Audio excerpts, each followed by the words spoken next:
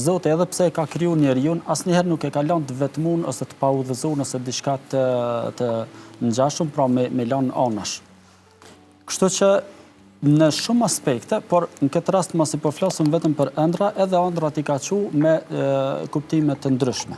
Pra janë 3 lloje që feja islame i përcakton këto ëndrat. Okej.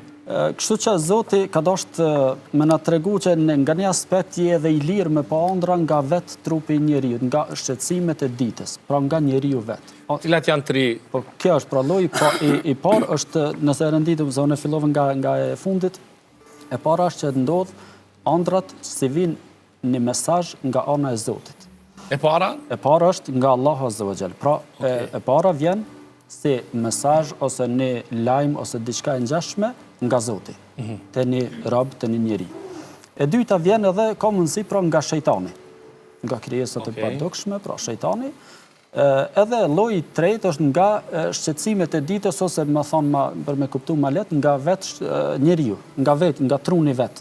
Pra truni përpunon një çështje ëndre, dhe këto janë për shembull kur unë kam një shqetësim gjatë ditës, po e nxon pak edhe me relaksu, nëse unë i kam borxh diku çdo ditë gjërat e ëndër borxhlin të mi lyp paret. Kështu që kjo është vetëm nga shqetësimi që e ka një person pra gjatë ditës.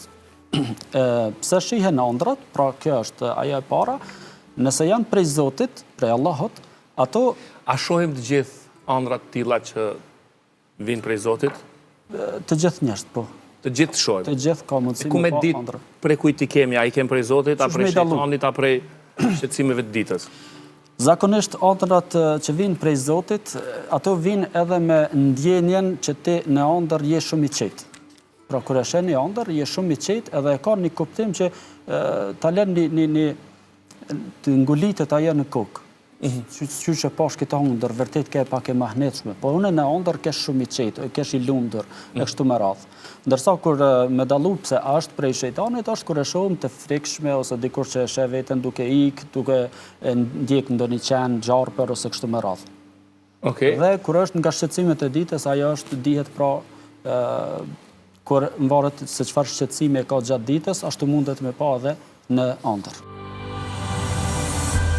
Videon e plot e gjeni në kanalin zyrtar në YouTube.